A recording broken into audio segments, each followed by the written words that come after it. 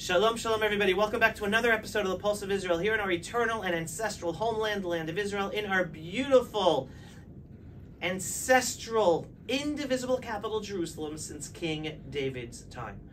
Today, I am sitting with a friend who we last met in your Tel Aviv office apartment a number of years ago. Oh, must have been a good 10 years ago. About 7. 7 years ago. I moved since then. Okay.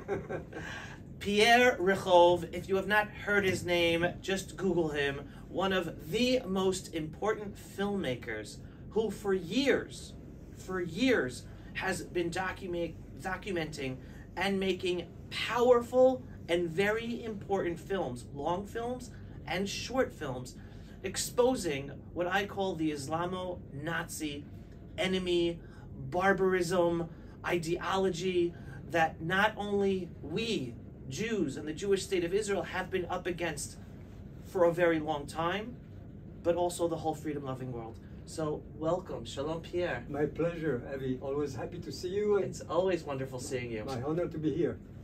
I'm a big fan of your work. Thank you. I wish your work would not be needed.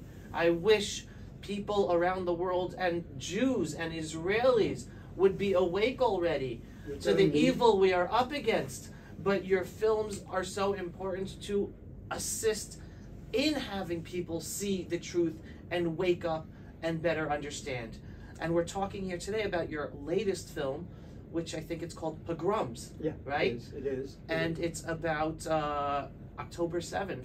Yes. So I want to give us a little overview, and then we'll go into the details about the film and why everyone should be going to pogroms.info and watching the whole film. So what's it about? Well, Pogroms, as the title indicates, it's about what happened on October 7th, but not only about October 7th, but also it's in the midst of ancestral hatred of the Jews within the Muslim society. And we are talking of hundreds of pogroms that have been affecting the Jewish population, whether in the Middle East, whether in Hebron in 1929, in Oujda, Morocco in 1907, or Christians in Damour in 1976, where 547 Christians have been slaughtered the same way. Actually, people were slaughtered around Gaza on October 7, 2023. We are talking again about women being raped, children being burned alive, babies being beheaded, a pregnant woman with a belly, with a wound open, and the fetus taken out and slaughtered in front of her eyes. We are talking of the highest level of barbaria that even the Nazis were not capable of doing. I remind you that the SS, at the end of the day of slaughtering, would get drunk and would not want anybody to do what they did. The Muslims, on the other hand, were more than happy to celebrate their high level of barbaria, because for them, non-Muslim is not a human being, so they were killing insects.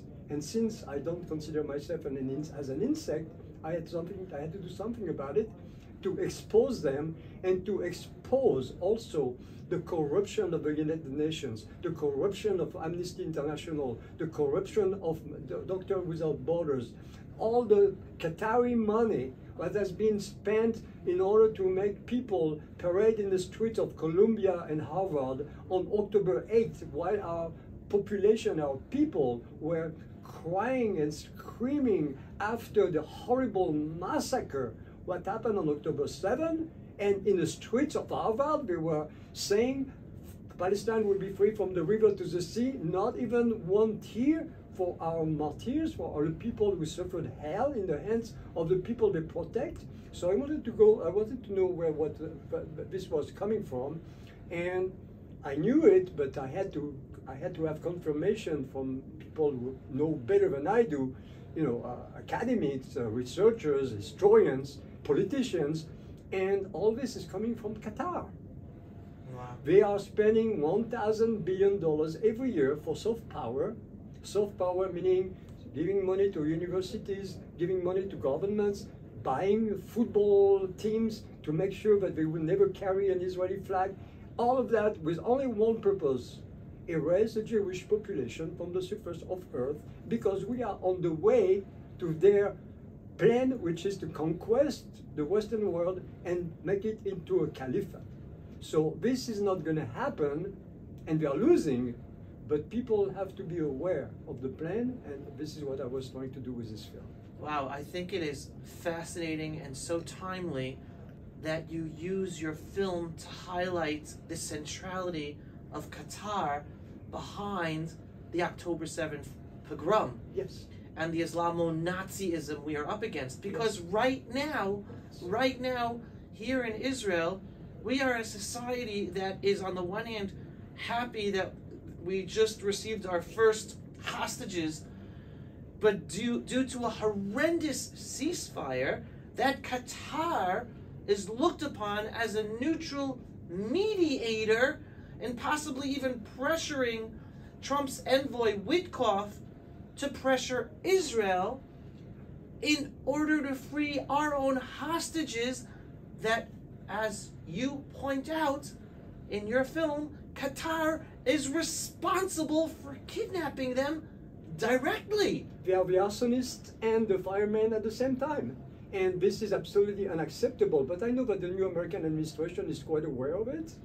And what happened was just because Trump wanted to have hostages before his inauguration. And I want people to remember that Bibi had already accepted the same deal a few months ago under Biden. It's Biden's deal that was put on paper. And this time what the American administration was to force Hamas, not to force Bibi. It's very important to understand that, because I've heard so many people saying, as you just said, you know, it would be terrible to believe that Trump wanted to force Bibi to free all those prisoners. And this is not what he wanted. He wanted a symbolic action before his inauguration, and he negotiated it with Bibi. Let's get some hostages out, and there's 3 phases in this deal. Believe me, at the end of the first phases, we're not going to get where you think we're going to get. But I think the point I'm trying to bring up right now, it's not about the deal. Mm-hmm. It's that the Western world looks at Qatar, at least officially, looks at Qatar. Well, and even people within Trump's administration, and I'm supportive of, the Trump administration, I imagine, understands the problems of Qatar. Yeah. Of that this man, Steve Witkoff, the envoy, has business relationships with him. But it's just the fact that with very well-placed people who know that Qatar is the enemy, they're not only not being treated as an enemy, they're being treated as a friend. You are absolutely right to point your finger on that specific problem, because Qatar has been playing a very, very ambiguous game now for decades. But the thing is that they are putting money in so many different places that they are making governments and institutions depending on them. So, I'm of French origin. I know France pretty well. At every level of the French government, right now, as we speak, there is Qatari money. I even believe that France will not be holding together without Qatari money. It's such a failed country. It's such a failed government. It's such a socialist, shithole. I'm sorry for, you're going to put a beep on my word. Okay.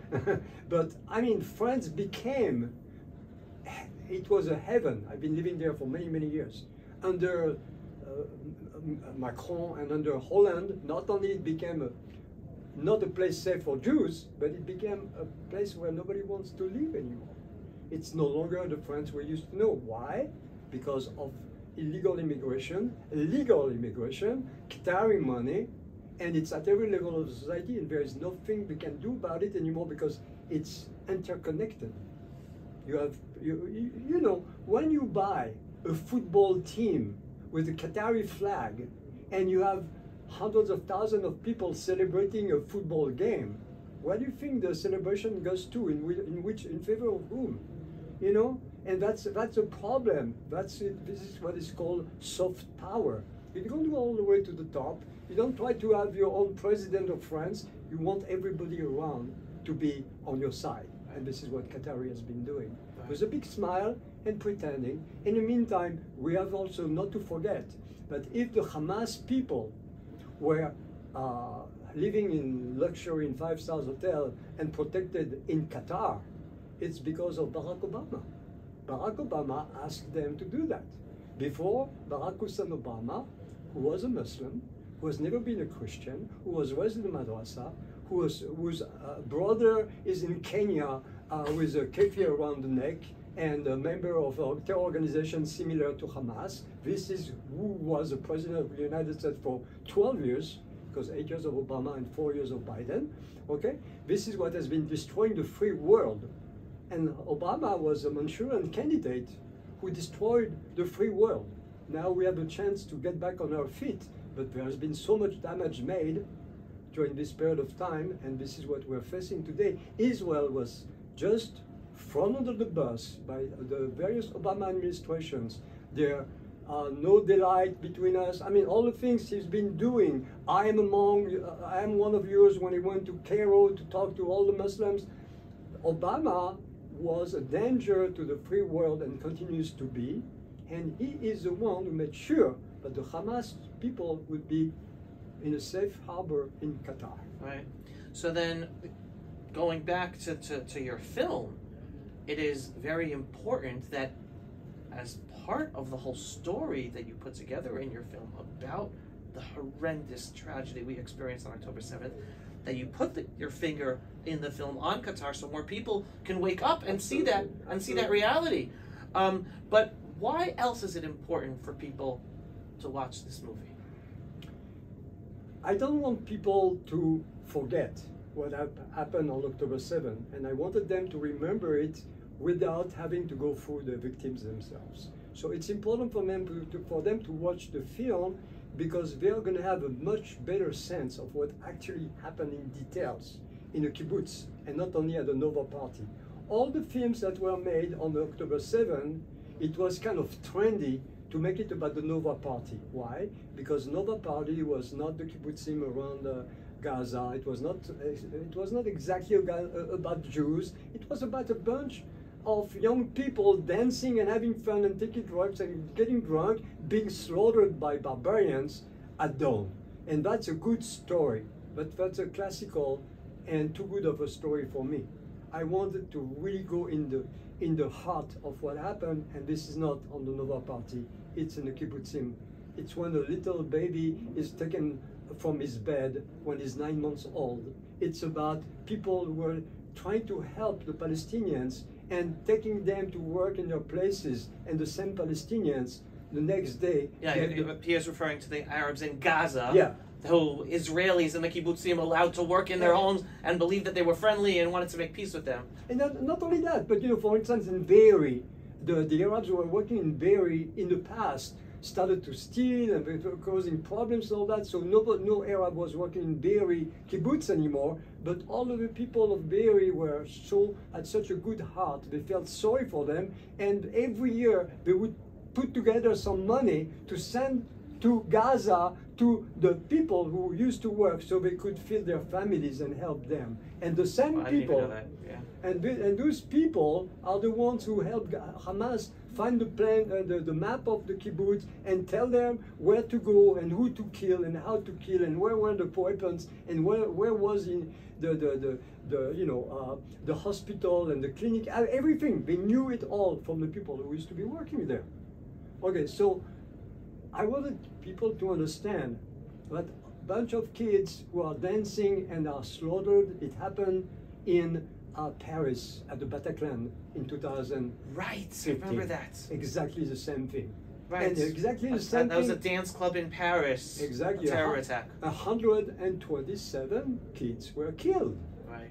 But what the French government didn't want to say, and I knew from people within and from policemen who are my friends, is that what happened inside is exactly what happened in the kibbutz. Really? They tortured, they killed, they gouged the eyes of the men, they cut off the breast of the women, they massacred everybody.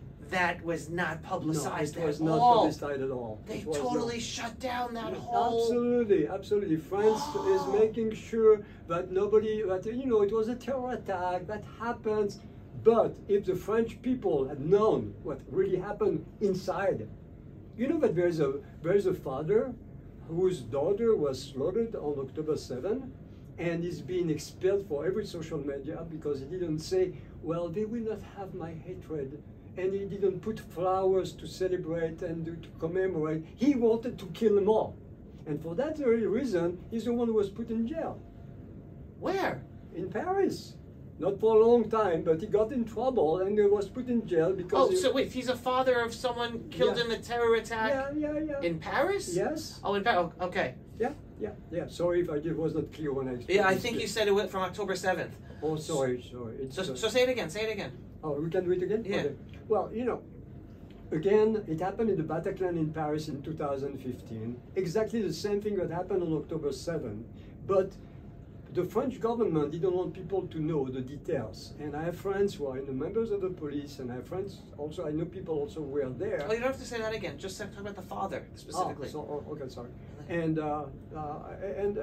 there was one guy whose daughter had been slaughtered, and he didn't play the game of saying, well, they will not have my hatred, I'm sorry, we didn't put flowers. He wanted to kill the people who did that to his daughter. And you had inflammatory arguments all the time when he was going on television and on social networks, etc. He was first expelled of every social network, including Twitter, when Twitter didn't belong to Elon Musk.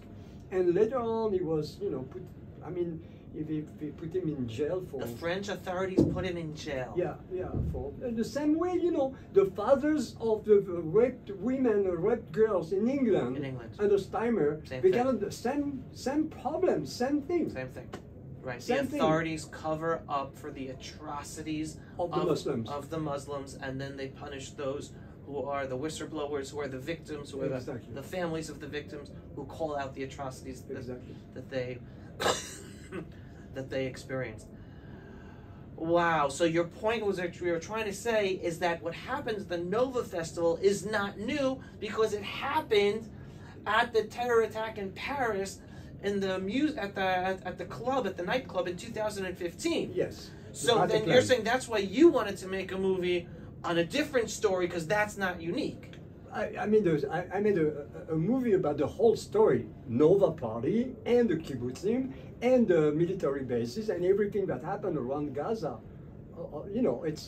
It was not only 250 people were slaughtered while they were dancing. The story was much bigger than that. Right. And I wanted the story to be... People don't know. I talked to people in America, they actually believed that the only place where people were slaughtered was at the Nova Party. They didn't know about the kibbutzim. Wow. Because all the filmmakers, all of the TV stations, they focused on that one because that was politically correct. Yeah, it's not a good thing to go after dancing young people. This is not something you shouldn't do. Oy vey boy. It's ridiculous. Right, but they didn't focus on the babies and the women and the mothers and the grandmothers taken out of their beds and attacked in their homes and slaughtered in their own homes. Yes. Which is what I did. Right. And again, I think another thing unique about your movie is that you focus not on interviewing the victims, but on interviewing first responders. Yes. So why did you do that? I gave a lot of thoughts about it before making the film itself, and my first reflex was not to go after the victims because I wanted to leave them alone. I wanted to leave them with them, I didn't want to reopen wounds that they had just gotten on their bodies and in their mind and in their soul. I wanted to leave them alone, and I wanted to work for them and not with them. I didn't want to do the usual CNN kind of, you lost your husband and you lost your daughter, how does it feel? I hate that, and I wanted to show my ultimate respect to those victims by not going after them and working for them. And for that, I wanted to know what really happened, and we saw it through the eyes of the first responders. Because when Yossi Lando arrives in a kibbutz, and he sees on the floor a woman whose belly has been, a pregnant woman whose belly has been opened and the fetus taken out, and he talks about it, and everybody around him tells him, don't talk about this thing, because it's too much. I want to talk about it, especially because it's too much. Because there are things that people should never accept from anyone in your entire planet. And this is one of the taboos. We should be absolutely put as a taboo for the rest of the history of humanity. You do not do that, no matter what, no matter what. Right. Okay, you do not rape women, no matter what. Women are precious, they are life, they are the future of men, they are humanity. You do not touch women. And that's one of the things I wanted to say in the film, because those monsters, those psychopaths, those Muslims, they went after the women, first of all, because the first thing they hate is women. Their entire civilization is based on diminishing the women and making sure that the males dominate everything. Dominating their own women and subjugating non-Muslim women. Exactly, exactly. And you know, Hamas, the day after we saw on Telegram and all over the places, all the abominations that they committed, they went out and said, we don't do that. Right. We don't do that. It's not, the Quran tells us not to slaughter women and not to go after civilians. Yes, it is in the Quran with one nuance. As long as those people are Muslims. If they are not Muslims, you can just do whatever you want. Right. And again, it's because I'm going to take a break from talking to you and talk directly to the audience. Please. Pierre has been one of the few filmmakers who has been focusing again on getting this politically incorrect truth out for years. And you just heard him yourself. You just heard him himself tell you that even though everyone else says, no, don't talk about it, it's too much. No, he is a believer that people need to know everything, because we have to know what we're up against. And this is not, he didn't just start this with this movie, The Pogroms.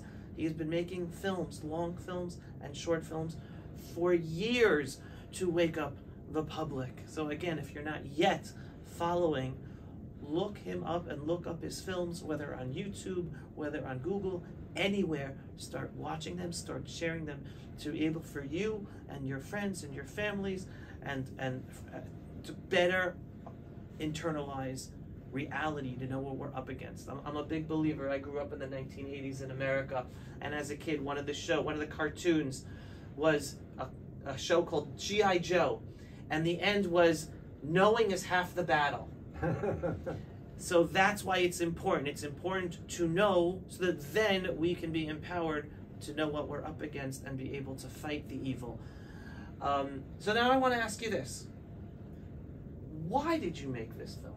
Because from what I understood in talking to you before the interview, you said you weren't necessarily going to be making a film about October 7th, but something changed, and then you said, no, I'm doing it. I'm not a very religious person, but I have a high level of spirituality, and definitely I believe in something much more powerful than humans. And since I was not raised in religion, I always had a way of trying to find my personal spirituality without the rituals. I really love God, and I really love Judaism as a philosophy and as a form of ethic.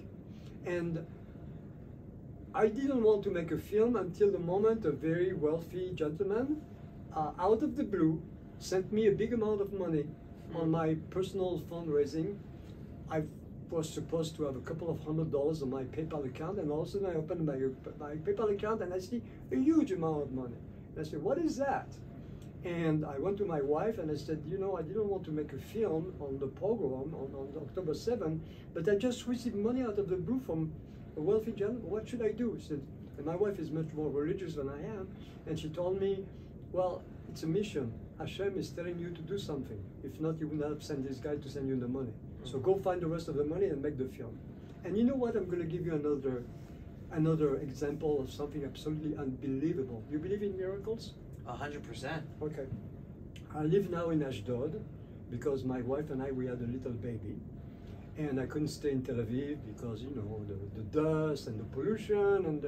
So we moved to Ashdod. We took a big house close to the beach. The air is pure, it's calm. Beautiful. The little girl can walk around, play with the dogs, go to the garden. It's perfect for us.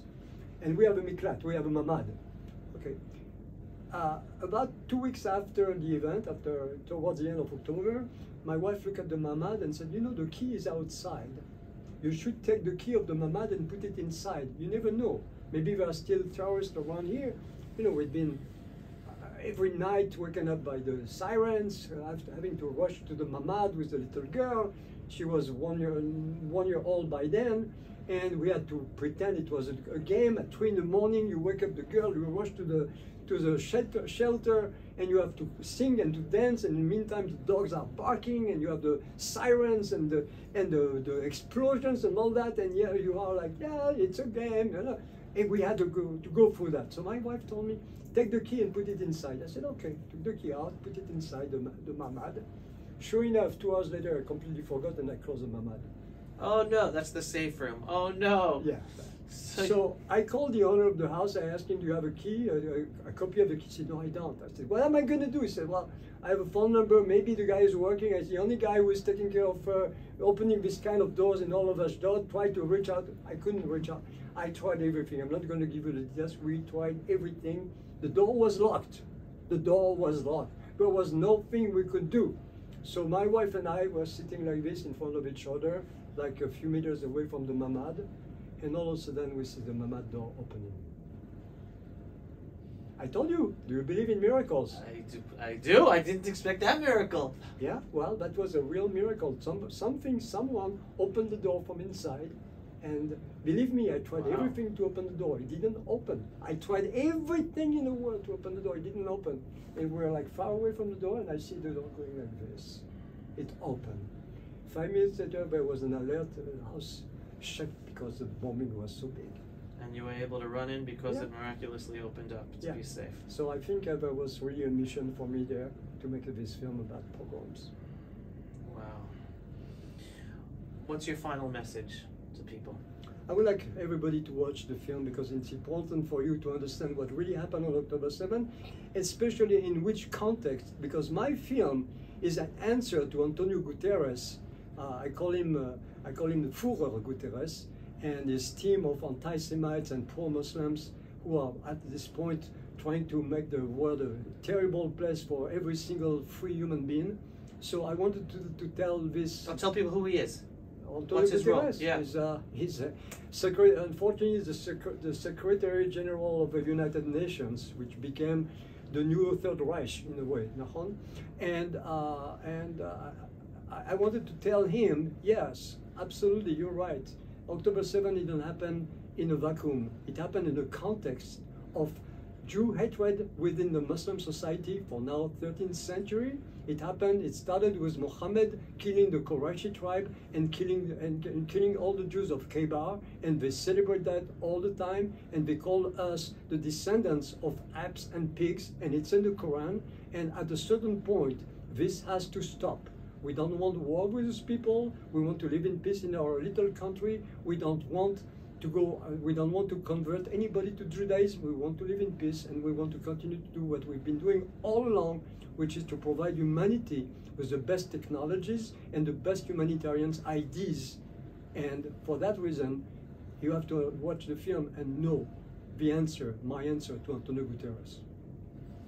Pierre, thank you so much for coming in, for all the work you do.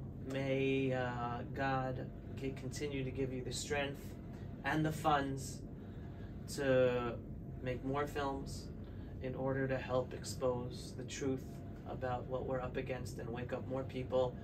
I do believe that this war that we've been fighting as a response to the horrific tragedy of October 7th, 2023, and now together with President Trump being elected with an administration that is probably not only the most pro-Israel administration in the United States ever, but pro-good and understanding of evil that we're up against. And there are so many challenges, but we've never been more positioned as the freedom-loving world, with Israel on the front line and with the support of a supportive United States administration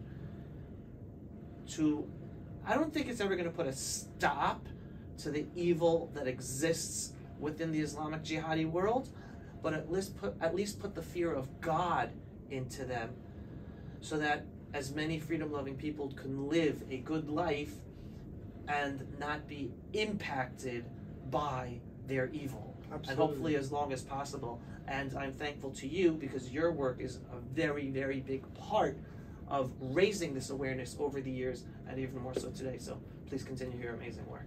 Thank you so much, David. Thanks a lot. All right. Again, you're not yet familiar with Pierre's work. Google, YouTube, Pierre Rehov. Here's the website, pogroms.info, to watch this movie. Share it, watch it, and it's by raising the awareness that we are going to make the world a better place. Trusting in God above and doing our part. That's the partnership. You, us, and Him.